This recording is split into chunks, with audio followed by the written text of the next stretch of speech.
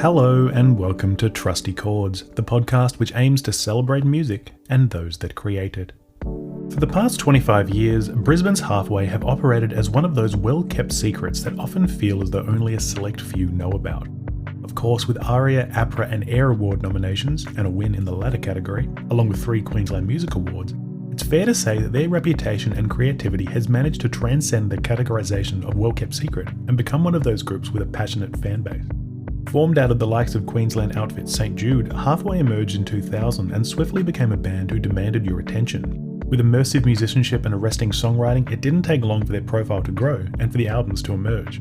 This year, Halfway returned with their first new album in 3 years, The Sticks. Once again, it's a stellar release from the sprawling outfit, with the record's lyrical themes serving as something of a concept album. Along with repeated tales of characters often overlooked by the wider world and a luscious musical backing, it's a record that I really recommend you spend some time with, both passively and actively, so as to get the full experience. This week, I was lucky enough to chat with Halfway's John Busby about his musical journey and the story of the group's latest record. Anyway, have a listen to Halfway's The Sticks, have a listen to our chat, and I'll see you at the end of the episode for some general housekeeping.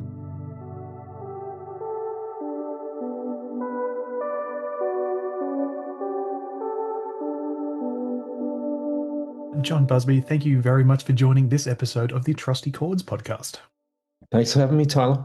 So, for those who might not recognise your name, could you give me a quick few words on who you are and why we're chatting today?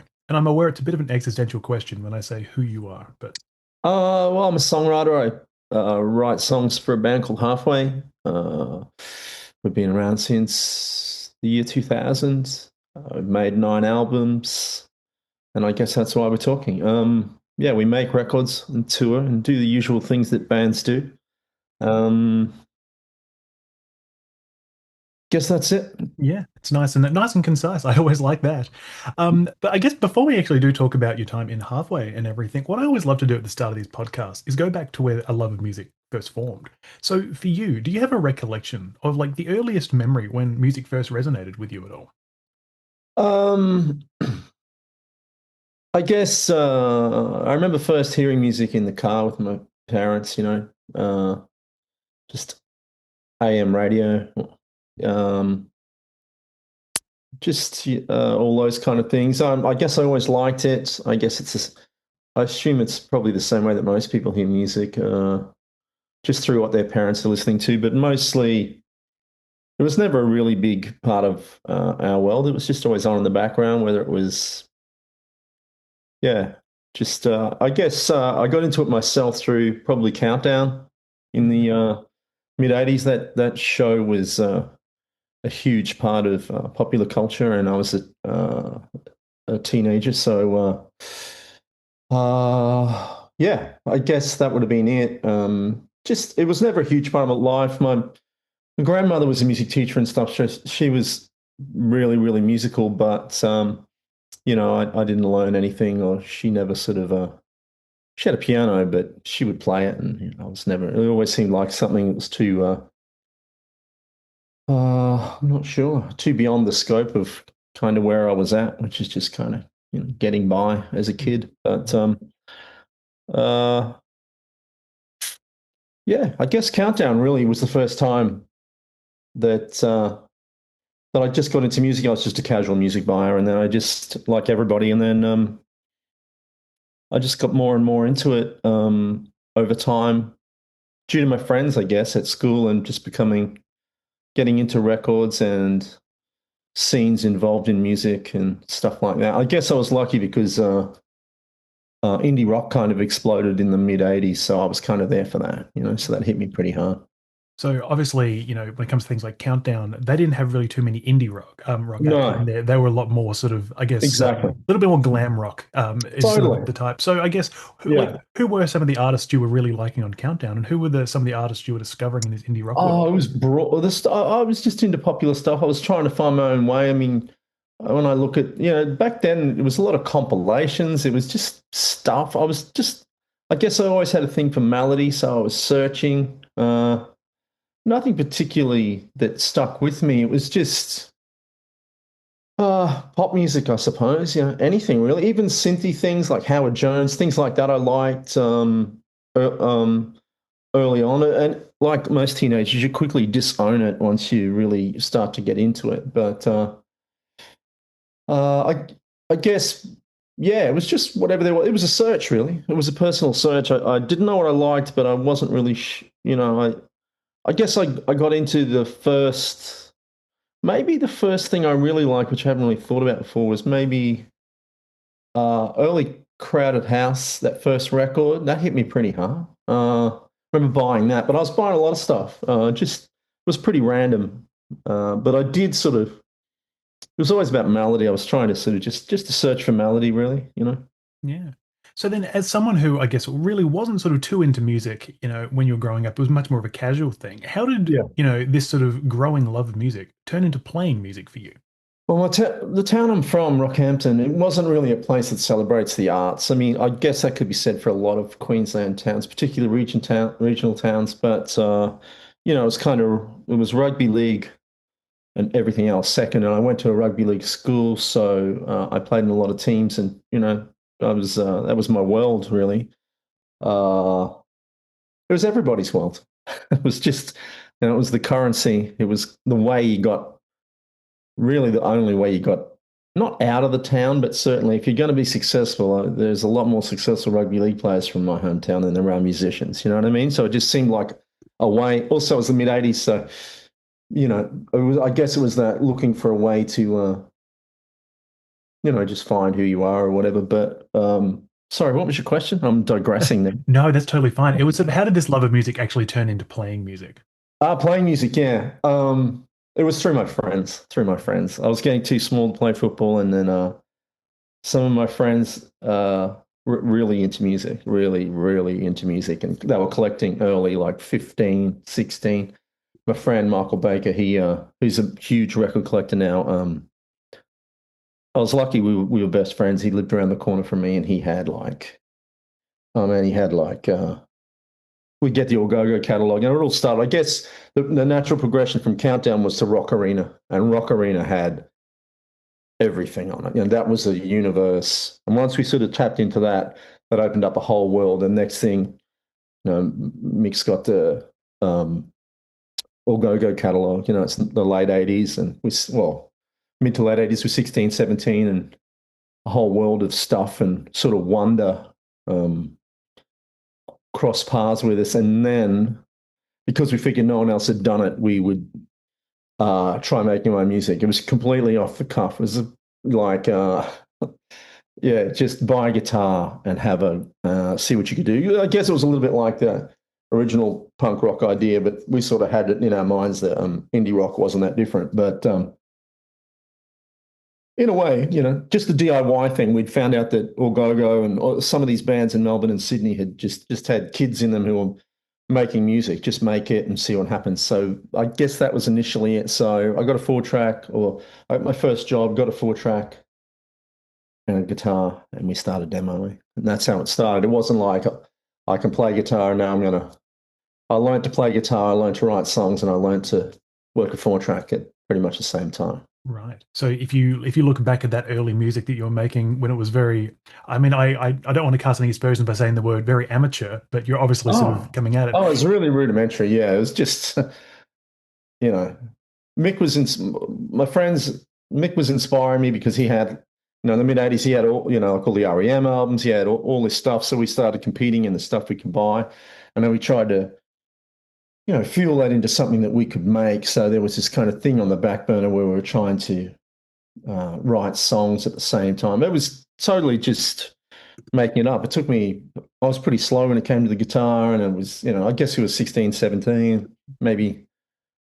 Actually, no, I said my first job, I would have been 18. So in that year, when I turned 18, I learned to play guitar, and yeah, it was super basic. But I had some friends, like I said, I had some other friends, Stephen Sutherland, some other people who were all into the same stuff. And I guess it was part of a scene, a part of a little community, and there was a bit of support there. And in a good way, I guess, because it was a regional town, and if we'd have been in Brisbane or somewhere where there were probably really advanced kids at the same age, we would have been discouraged. But because it was just us, we could do whatever we wanted, and we just slowly progressed together. Right. And of course, Yeah. I would definitely be remiss not to mention the name of some of those bands. Oh yeah. Well, there wasn't a ton. I've only been in three bands.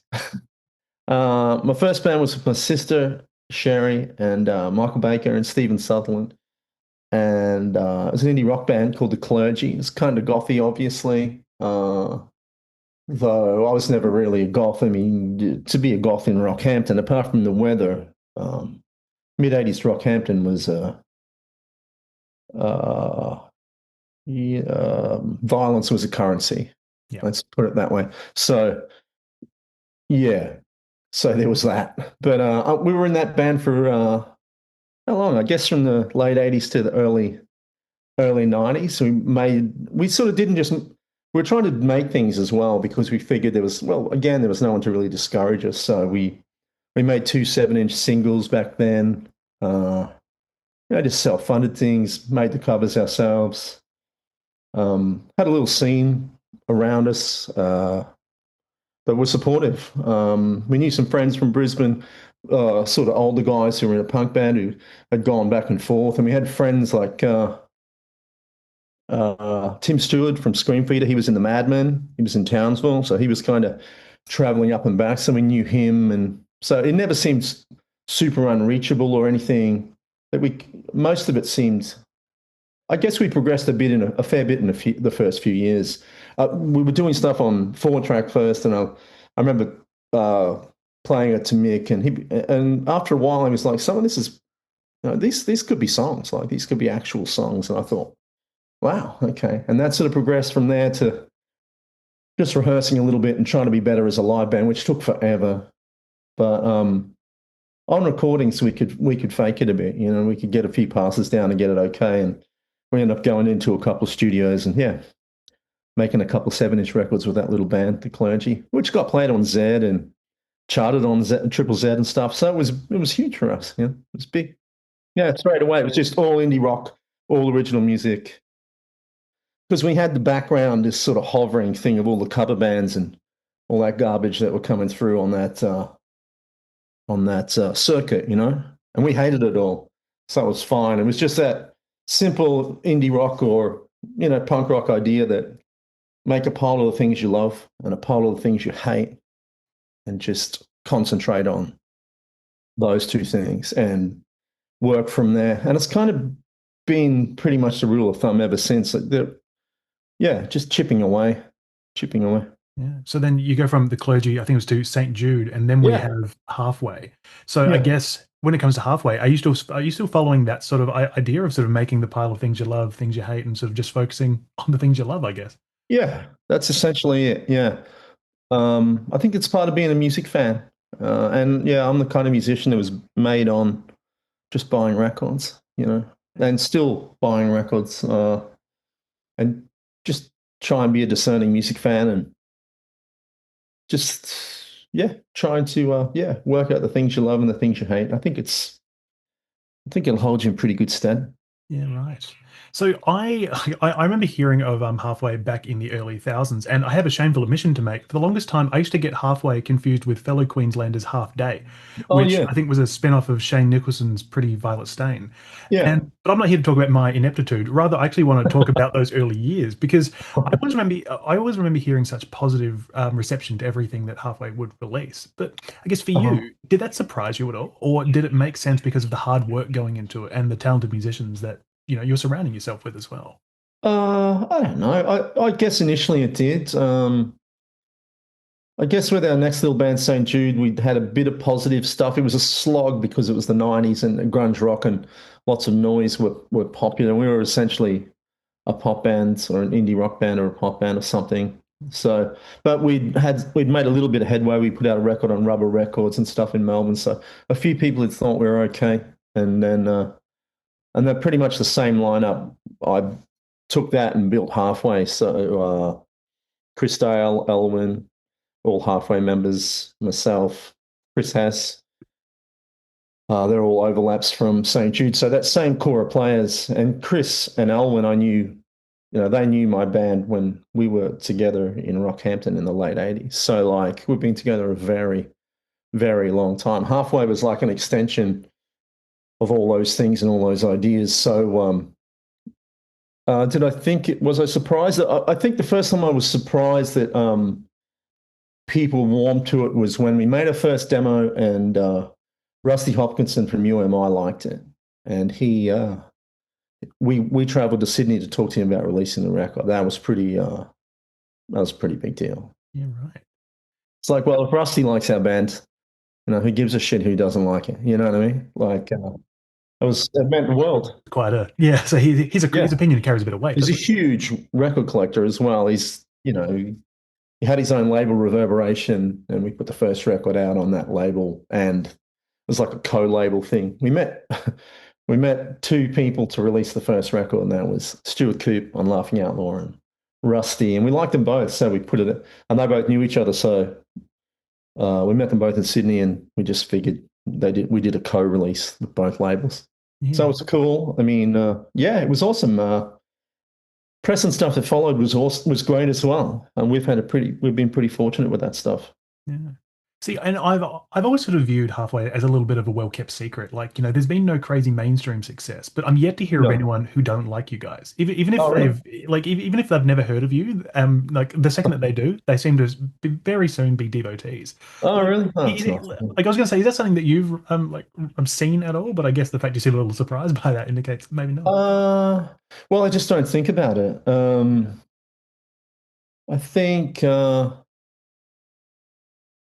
You make records so that people hear. You want them to enjoy it and hear, and you want as many people to hear it as possible and hopefully enjoy it. I mean, you can't please everyone, but generally speaking, yeah, people do seem to like. I think they like it, and we've tried our best to be a reasonable live band. That took a long time to get right because I'm sort of just not a natural front man, or I'm a pretty introverted cat. So the live thing took me a long time to come to terms with. I think my first Brisbane shows were in, I think it was in St. Jude or the Clergy, and I cancelled all of them. Right. Like a whole. I was just nervous about it. I don't know. It wasn't my jam. It still isn't. I mean, thankfully, I have Chris Dale and other people who were also who were great singers and people who can help me out. I do understand that sort of the introversion as well. I mean, only about 3-4 weeks ago, I was over in Europe and I actually played my first solo show. And one of the reasons I did it in Europe is because no one's going to know me. I'm not going to run into anyone on the street afterwards and they're going to say, "Hey, you sucked." So I just thought I'm as far away as possible, and it didn't go terribly. It didn't. That's great. Good. But I definitely understand the introversion, though. Yeah. I mean, I'm sort of over most of it now because I have a lot of faith in the band just to do it. And, I've always figured that, look, if you're going to bullshit your way through this stuff, the show business element of it, just rehearse hard and be good at it. The actual, it just comes down to nerves and that sort of stuff. So the idea is if you put the work in, it'll just be second nature. And walking up in front of a crowd, well, who cares? Now, people are sort of generally on side, so, it's not that hard. But when I was a kid, it was pretty difficult. I mean, plus, I guess these days having some brand recognition also helps. Yeah, for sure. The fact that the people who are there because they want to see you. Yeah. Having to convince them back in the day. Yeah, that's right. Yeah. And something I think we'll briefly sort of touch on, I guess, a bit later as well. And I do want to touch on this is because back in 2008 there was the Grant McLennan Fellowship Award, which you and Chris Dale took out. So obviously, as a Queenslander and a Queenslander who likes music, that must be something very special. Absolutely. I mean, So how did that feel for you? We held it in high regard. Holy shit. Grant McLennan was born in Rockhampton. So one of the things where we were kicking around with these records and talking about making our own and stuff in the late 80s, a big part of that was always Grant, there just aren't footballers from this town. Grant McLennan was born here. Admittedly, he was only there very briefly before he went north, but that's all it took. We're like, hey, there are other things here. And he's so important. He was important. Chris and I were we couldn't believe, we were so happy when we won it. It was the best thing ever. And I think we made really, really good records. Oh, well, solid records after it as well. It was like gave us a lot of confidence. And Chris and I went to London, and it was good. It was really good. Robert Forster uh, was in London as well. We spent some time with him over there, and then we came back after that and made those couple records with Robert, which was so it was all kind of part of the same sort of flow of 5 years or so, where we won the McLennan Fellowship. Then we made Outpost the Promise in 2010, and then Any Old Love in 20, well, released it in 2013, 14 kind of thing. But yeah, it was a good few years. And that yeah, like even being recognized by the, to be a Brisbane band and have the go-betweens say, we think you're okay. It's amazing. And then these days, you've also got John in the band as well. Yeah, Another and connection. again, big fans. We're collecting go-betweens. Yeah, just just keep at it. Get Robert Forster in there eventually. I mean, he's already produced some stuff. So We played with him a few times. Well, we did some cool stuff after that. We played. We were on stage. We played Spring Rain and Rock and Roll Friend with him. It was awesome. Like, those things when you're a kid are like seems impossible, implausible. But yeah, it was cool. And also on the topic of, great musicians and great songwriters, like one thing I also wanted to ask you as well is like, like after the Grant McLennan Fellowship, there's obviously some good sort of recognition. You've got people sort of saying like, "Hey, you're doing a great job," and obviously, I Yeah. feel like after that, there could, you say you've got some confidence, but I could also feel there's a bit of pressure to keep performing. And this is a really sort of like weird sort of way that I'm actually trying to get into a question where I say, when it comes to yourself, how do you actually approach songwriting?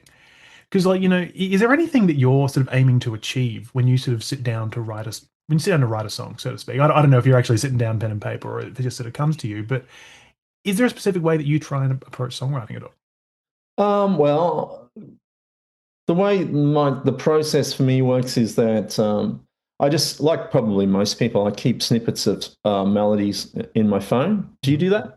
I do, yes. Yeah, yeah. Absolutely. Just because I used to burn a lot of ideas by not, having a fortune. It was hard to sort of, even if you write down, because I don't read music, obviously, just writing down, okay,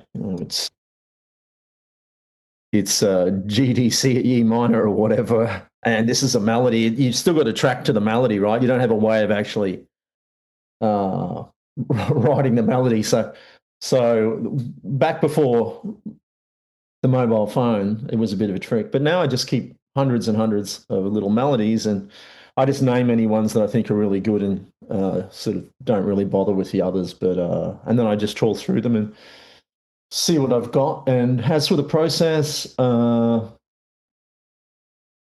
just try. I understand that everything I write's not going to be good, and I just look for, particularly if you write a melody and you put it away and you come back to it in a few months, if it still has that little spark of something interesting, like some little uh, sometimes you'll revisit them and you'll go, oh, I wonder why I thought that was interesting. Even if it's a lyric or whatever, sometimes you go back to them and think, oh, that's kind of, yeah, not much. But sometimes you go back and you go, oh, yeah, okay, I'm sort of feeling this thing. So it's more like a feeling for me. And once I lock it in, I just search whether it's a verse I have or a chorus. I just search for some other parts, and then usually eventually try and write a middle eight or whatever else it needs, or a coda or something to make it more interesting. Because when I was younger, I just verse chorus the hell out of everything, and then I realized one day that there was a bit more to it.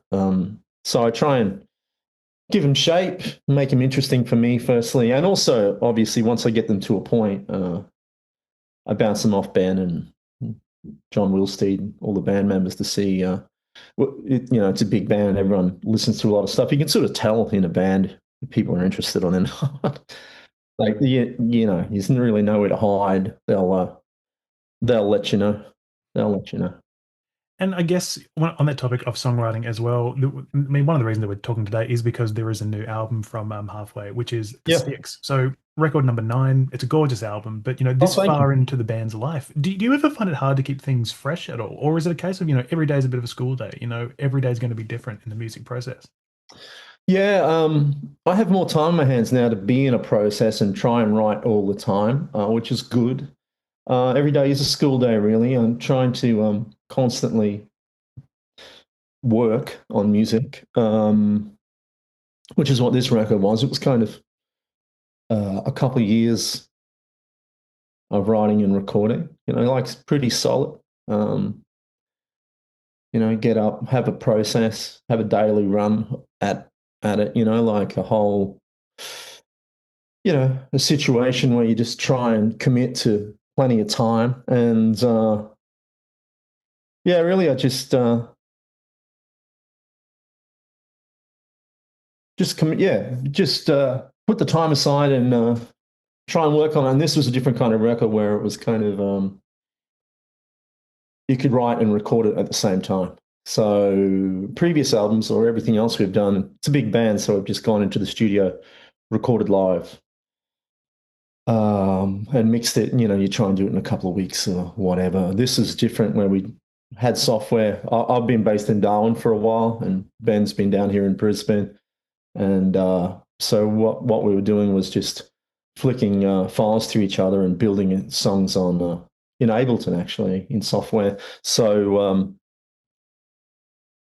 the process for this record has been writing and recording simultaneously, which has been wildly different. So it's particularly in a big band like ours, where we start with just a vocal and a guitar. Then Ben puts some bass and bits on it, and then we think about whether it needs other things. And then when we get to the end, we do drums last rather than first, like you'd normally do. So back to front, and very slowly is how we made this record. So the recording process was also part of the writing process. So if a song needed the middle eight, we're already, been working on it for however long, months and months. I just write one and edit it in, or destroy it and start again. But either way, it was all, just part of yeah, the demo process was the writing process, was the recording process. Right. And I mean, it's Yeah. clearly a process that has got some good results. Because as I said, it is a truly wonderful album. And Well, when I thank was you. reading through some of the information about it, like just ahead of time, so I could sort of like prime myself. Uh-huh. I was seeing it sort of described as a bit of a concept album of sorts, and it was definitely something that sort of as I was listening through, I was like, oh, okay, I'm sort of seeing where that idea comes from. But I guess Yeah. tell me, describe this sort of concept, or as I said, the sort of concept that's at play Yeah. here. I just with the last few records back in 2014, I based an album in Barcaldine and used people and places around Barcaldine to sort of be at the core of it. And with this one, I based it in Stanage Bay, which is near the Styx River, which is what it's named after. And essentially, I just try and uh, take my songs, and if I'm writing them all together, I can sort of thread characters and places and themes and things through. So it doesn't really run in a linear way or anything, but it's like a bunch of short stories where the same characters pop up and do different things, like a little, and I sort of just layer it with lots and lots of detail. And it's mostly just for me because I find it more interesting that way. And I like to have, yeah, I just find it more interesting. When I revisit them, it gives me a place to go. Uh, So with this one, with the sticks, it's loosely based around two characters and their families who live at Stanage Bay, which is just near the Styx River. And they live in a fishing village. And one day, uh, one of the two brothers goes to check his nets and he doesn't come back. So we had a lot of songs. So essentially, the songs started, and I could feel when they weren't based anywhere, when they were just at their very uh, sort of embryonic stage. The songs are about loss. They're all about loss and sort of that longing, that sort of not knowing idea. So they felt like that musically, and then I just placed them into areas and into this little world of the two brothers. George and Lenny. Uh, and yeah, that's how it's more themed than a concept album. I mean, but to me, it just makes it a little bit more interesting. And it's one of those things that you can take or leave. So it's there if you want it, and it's if not, you just take it song by song and enjoy it that way. It's not. It doesn't have to be read in a certain way. It's just the way I like to do it, and it's a little bit like the way maybe Wes Anderson makes a film, with all the little dioramas and all the detail, Right. all those little parts, all those little, like I have maps on the artwork. I do the artwork as well, so and I do the artwork at the same time as I write the music, so it's all happening at the same time. The story's coming together, the artwork's coming together, the characters are doing their thing. Uh, it's all part of the process. Yeah. The art, the music, the lyrics. Yeah.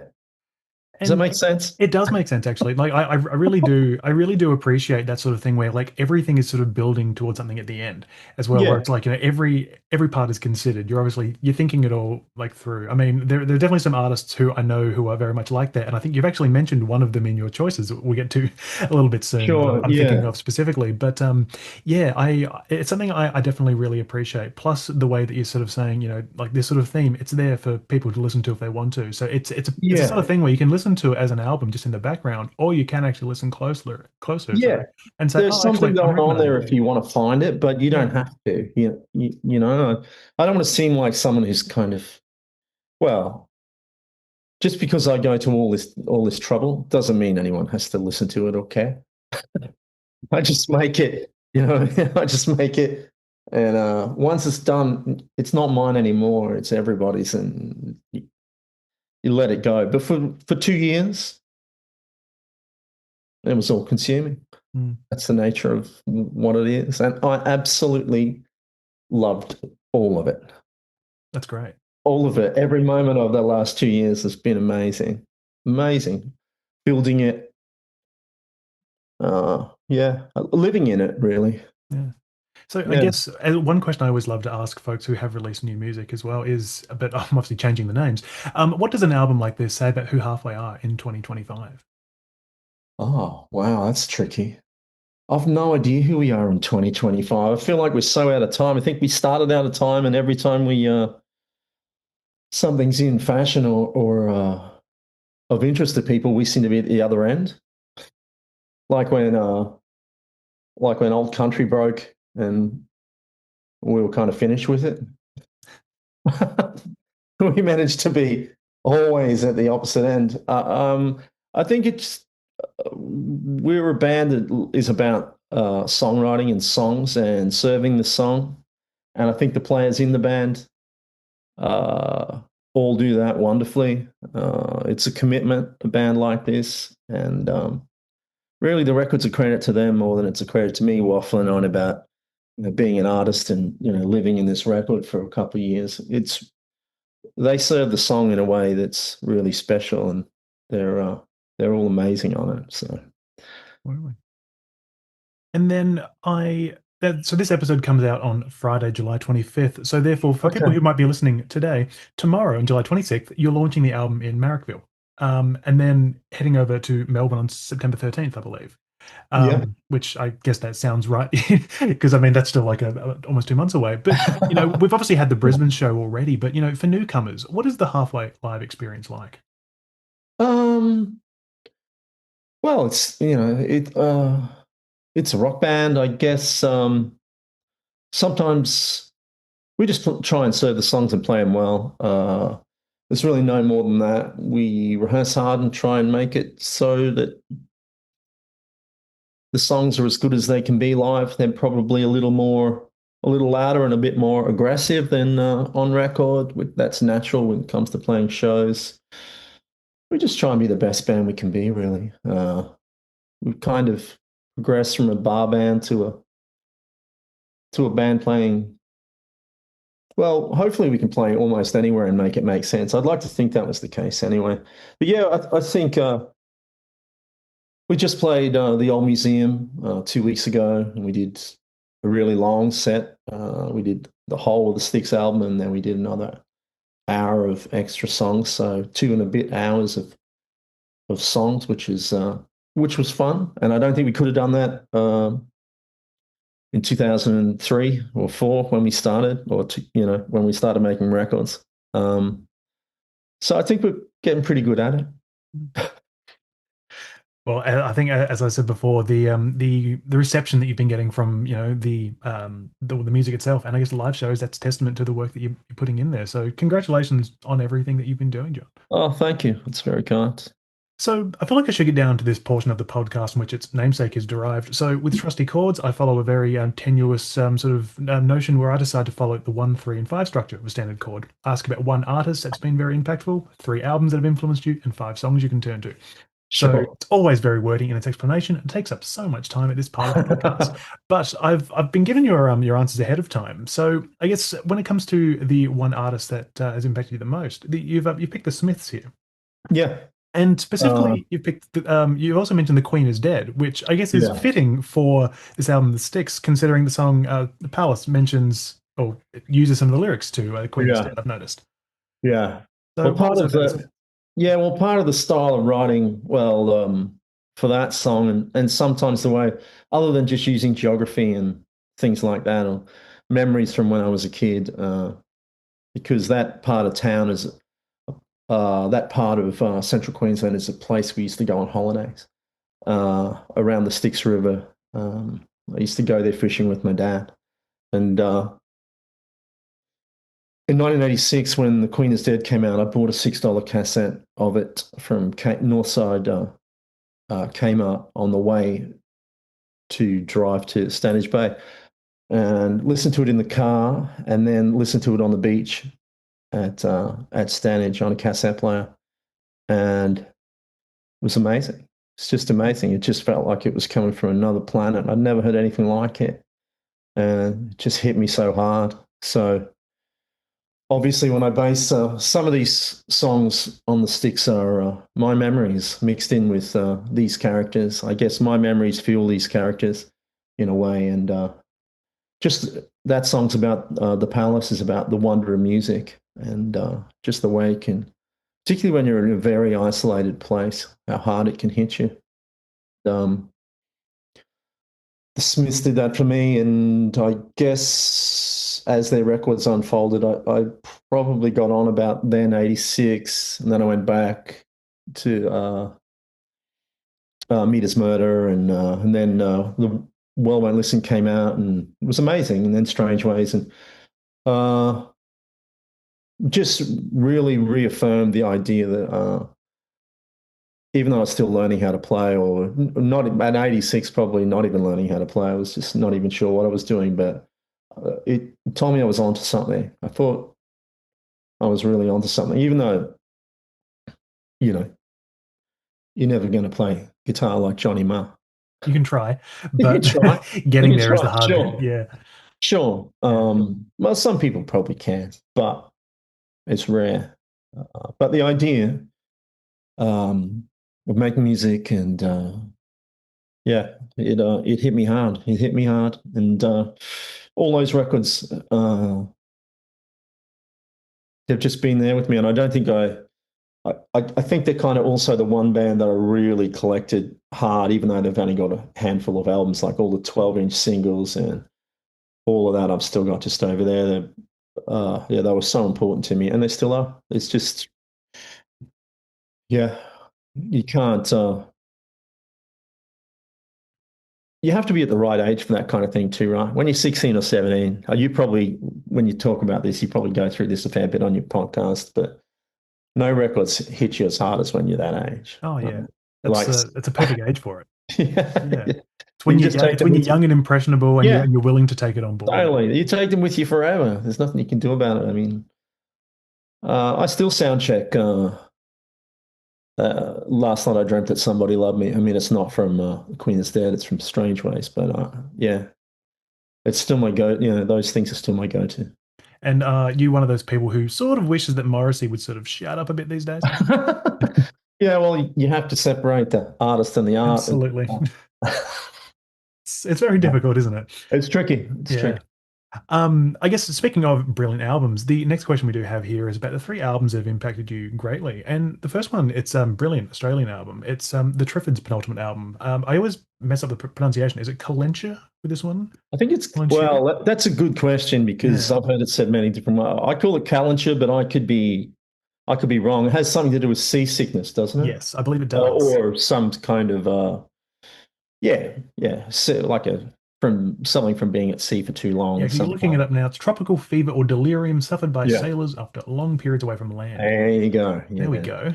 But it's I a guess great title. what is it about this album? Because it's got some brilliant songs on there, but I feel like most people usually go for Born Sandy Devotional or something. Yeah, they do. And I did too. When I first heard Born Sandy, it sounded a little adult for me.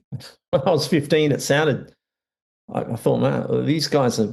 They really sounded fully formed and adult, and it almost sounded too old for me. But eventually, it's like anything, your taste changes, and you try and improve yourself and get your head around bigger and better things. But Culture, when it touched down with those singles, Bury Me Deep in Love, they're grand and beautiful. The Trick of the Light, which I love. The whole record's fantastic. A lot of people don't like it, or some people don't like it because they think it's overproduced, but I don't agree. I just think it's amazing. And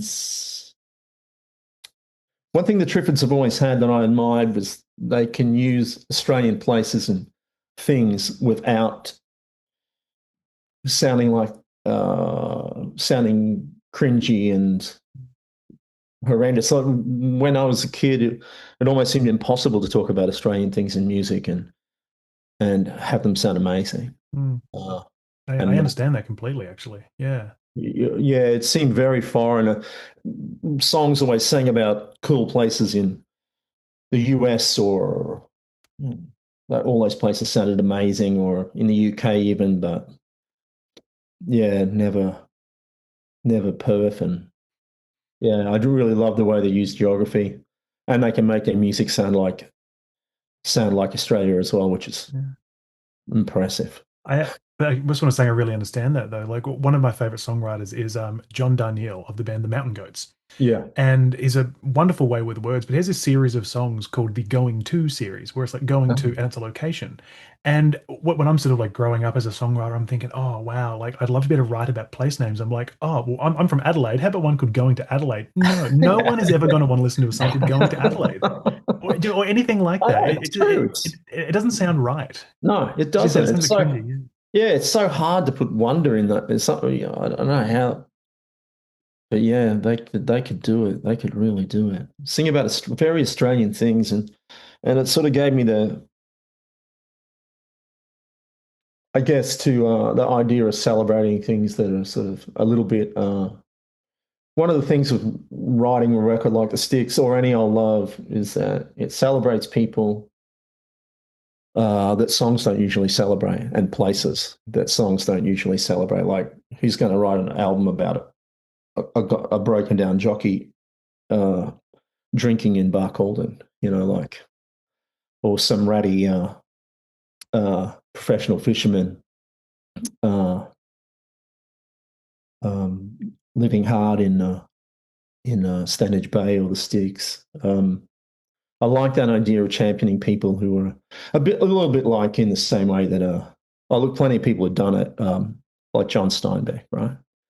And then Springsteen takes that, does the goes to Tom Joad, the whole, that whole. Those things fascinate me, and particularly if they're Australian things. Yeah.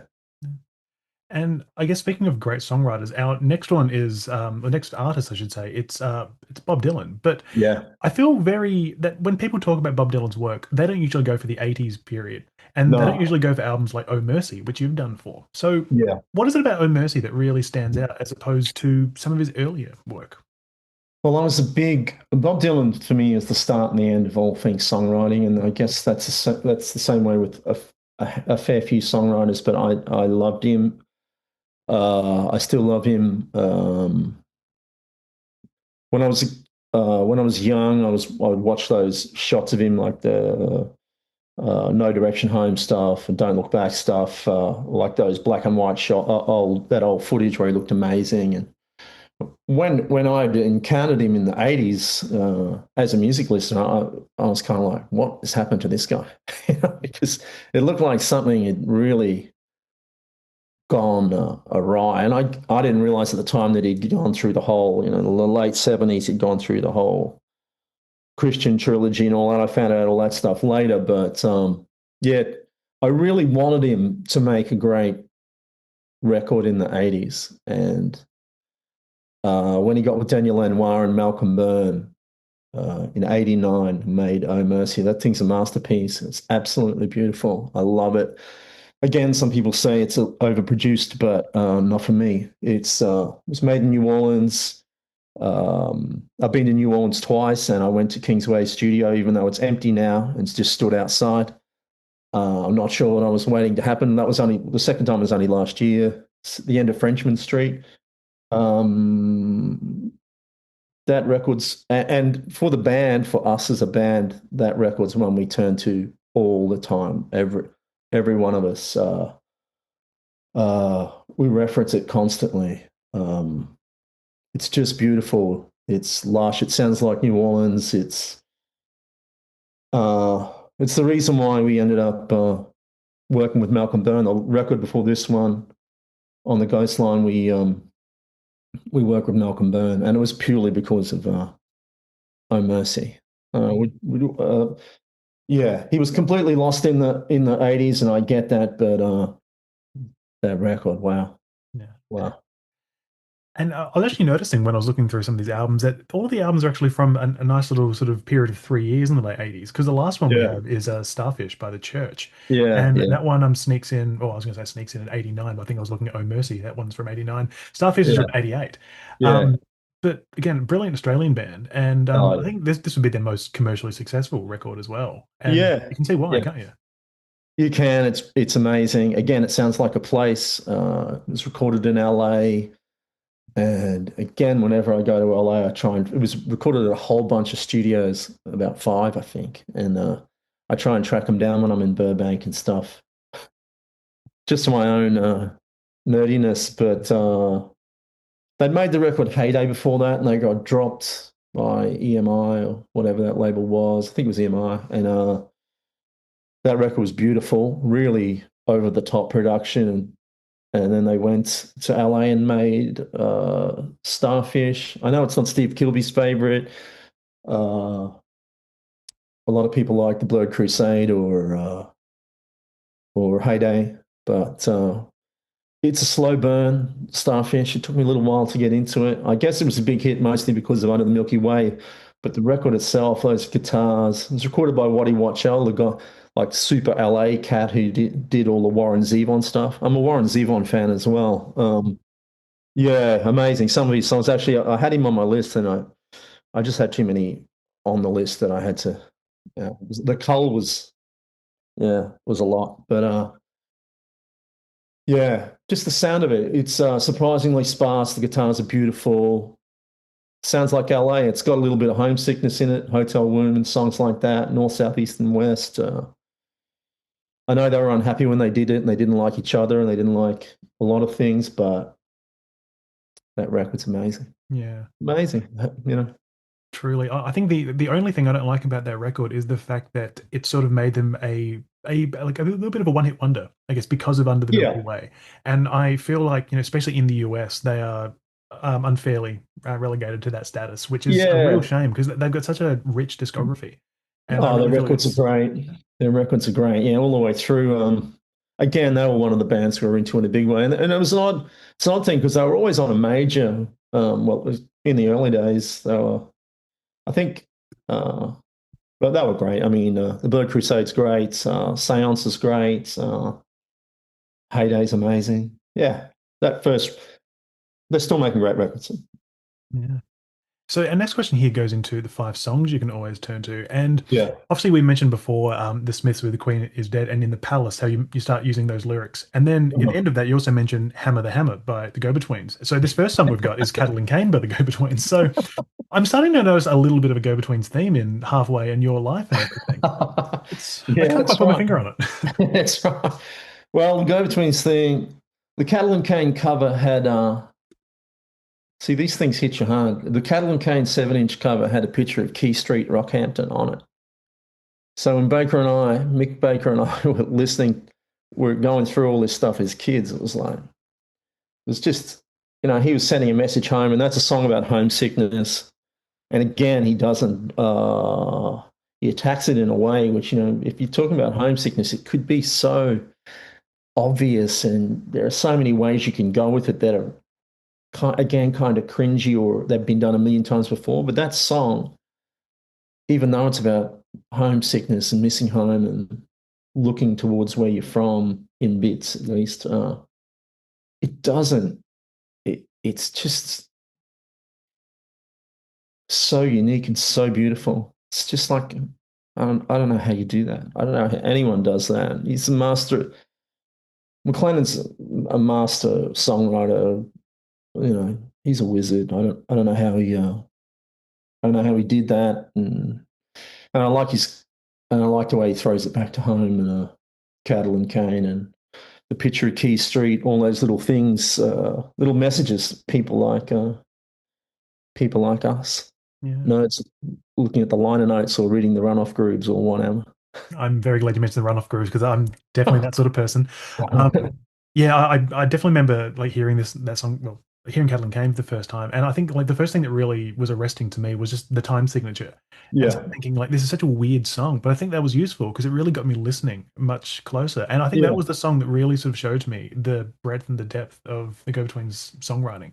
Just sort yeah, of the picture it's painting, and just it's a sort of thing where you listen to and you're just like, I could try for 1,000 years and never write a song that yeah, impactful. And I guess for like the likes of Grant McLennan, it was just a Tuesday or something. You know what I mean? yeah. It's It's amazing. amazing. Yeah. It's amazing. Yeah, and their competitive nature in that band as well. How Grant kind of shot ahead of Robert, and Robert's very aware of that stuff. He tells it all in a very funny way about how him and Grant were kind of, they were constantly passing each other, seeing each other in the rearview mirror. He says, as one was getting better or pushing forward. I think by Liberty Bell, Robert was saying he'd gone past Grant, and then Grant would come past him again as they did 16 Lovers Lane. Or he had this idea, the competitive nature of the two of them writing in very different ways pushed each other, pushed the pair of them hard. Yeah. Yeah, And speaking of like pushing hard, you mentioned before how this the Sticks took a couple of years to make, and you were sort of like so engrossed within it. Now that was, and I mentioned it. It reminds me of another songwriter. That songwriter it reminds me of is David Berman from Silver Jews, oh yeah, because he was such an intense person when it came to writing and recording. He would like labor over songs for so long. And yeah, the song you've chosen here is Strange Victory, Strange Defeat, which again, another great song. It's from Silver Jew's final album. yeah. And I guess what is it about this song that really sort of hits you hard? Um, his lyrics are amazing. The way he talks about strange victory, strange defeat. We actually used this song as our walk-on music for a couple of years because everything to do with being in a band is a series of strange victories and strange defeats. To me, I think not that he's necessarily talking about a band, I think he's just talking about life. But uh, bands kind of magnify those things. Just getting ready for a show, just any of those elements. I'm probably only mentioning that now because I'm about to get ready to play on Saturday in Sydney. But yeah, some of the things I just love his writing in general. It was hard to pick one song. I probably picked that one because I love that lyric, and it was our walk-on music. And we've made a couple records. Or Mark Nevers mixed uh, this record with me. I spent a week in South Carolina mixing the sticks with Mark Nevers, and Mark uh, worked with the Silver Jews on their last three or so records. Yeah, with all the Nashville ones. Yeah, so that's all Mark, who also did like a lot of Bonnie Prince Billy stuff and Lamb Chop. Yeah, yeah, and yeah.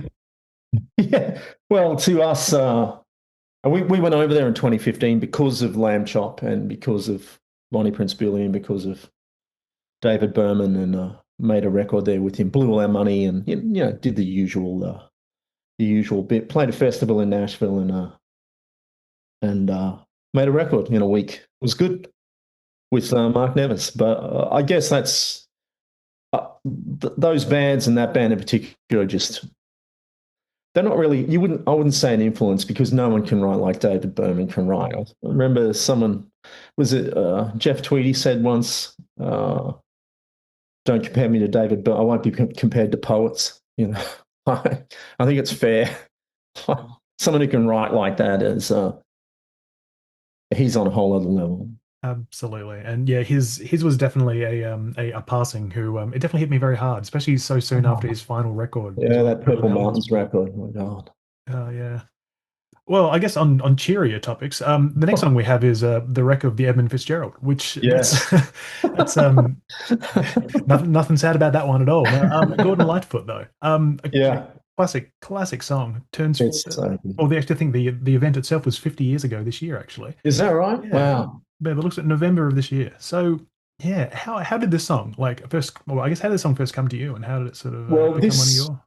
this pulls into that AM thing, or listening to the radio as a kid. And Gordon Lightfoot's "Sundown" was a big hit in the '70s, and my old man loved it, and we listened to it a lot. And then he had a record, like a best of, and had Edmund Fitzgerald on it. So it's just been with me forever. And I'm not sure when it comes to folk songs, it's just so perfectly put together, and lyrics are amazing. The stuff about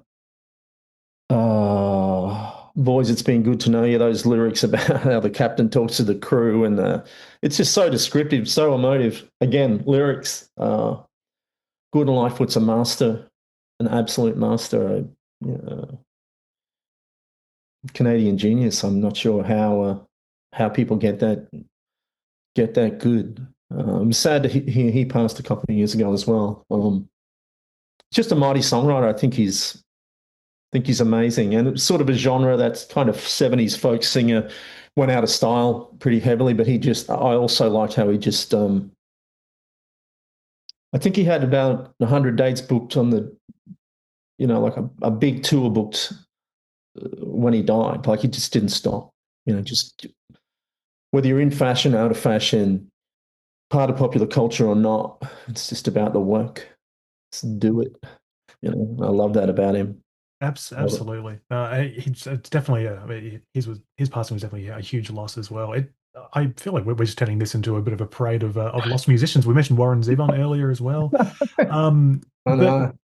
I guess I mean I would say speaking of departed musicians, we've got Ennio Morricone for the next one, and Gabriel's Ovo. So I'm guessing you're a big fan of The Mission by Roland Joffe. Yeah, I am a big fan of The Mission. I love that soundtrack.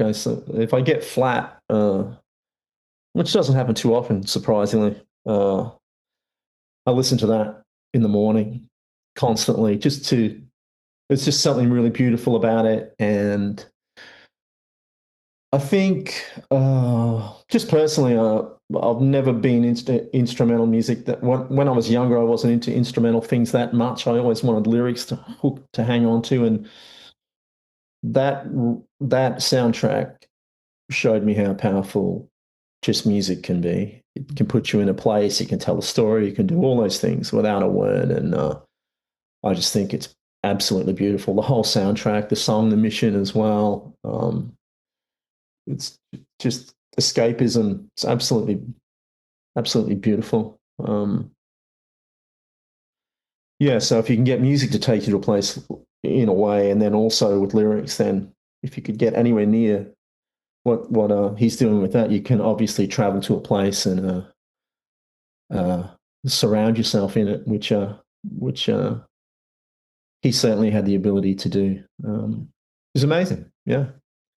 I love it, and yeah, it's a pretty decent movie as well. Yeah, actually, admittedly, I've never seen it. I've heard plenty of it, and I mean, Yeah, obviously, you got Roland Joffe. Like what else do you do? The Killing Fields and things like yeah, that. You got a yeah. great cast in there. I've just never seen the film, so hopefully this song will get me over the line. I'll finally watch it. Yeah, for sure. Yeah. And for our last song, we finally have a vocalist who has not passed away. But we have the Birds and their version of You Ain't Going Nowhere. Yeah. So this was originally a Bob Dylan song, wasn't it? Yep. Yeah. Yeah. So Bob Dylan song. yeah. How again? What's your connection with this song? How this one? Well, Sweetheart of the Rodeo. That I liked. I loved again a little bit like the way I loved Dylan. I liked the early Dylan stuff. That's what got me into it. And the Birds were the same kind of deal. I loved their just the way they looked, the way they. I think in a way the '80s indie rock stuff that I was getting into, it really was a bit of a flick back to the '60s. You know, it was kind of a rejection of the '70s thing. The look as well. And also popular indie rock bands at the times were doing that as well. The Stems, you know, there was a lot of '60s stuff rolling back through. So as a kid, I just liked all that stuff. But then as I got older, I realized how much the Birds changed and moved, and they were pretty fearless in tackling country rock on Sweetheart of the Rodeo, the Notorious Bird Brothers. I just love them. I think they're awesome. Psychedelia, they tackled that too. And You Ain't Going Nowhere. We used to play it in the Senate for years. Anywhere where Dylan and the Birds crossover for me is just magic. Absolutely. You know? What's not magic about that? Yeah, no, 100%. Yeah. It's absolutely stunning choice. Thank you. Well, look, I feel like this is the part where I should say, John Busby, I want to say thank you so much for your time today and for being part of the Trusty Chords podcast. Thanks. Sorry for waffling. Oh, please, this podcast is all about waffling.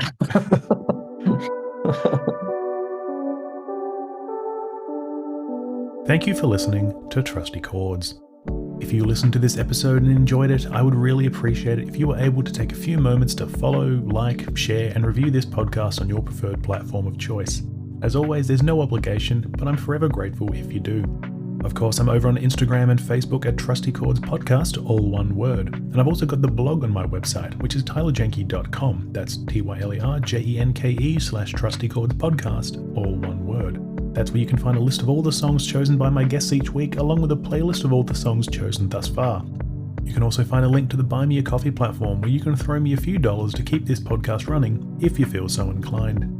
I also need to thank John Busby for spending time with me this week for the podcast, and I also need to thank Chris Hamilton for helping to organise the chat as well. But once again, thank you kindly for listening, and I hope to see you all again next week as I continue to celebrate music and those that create it.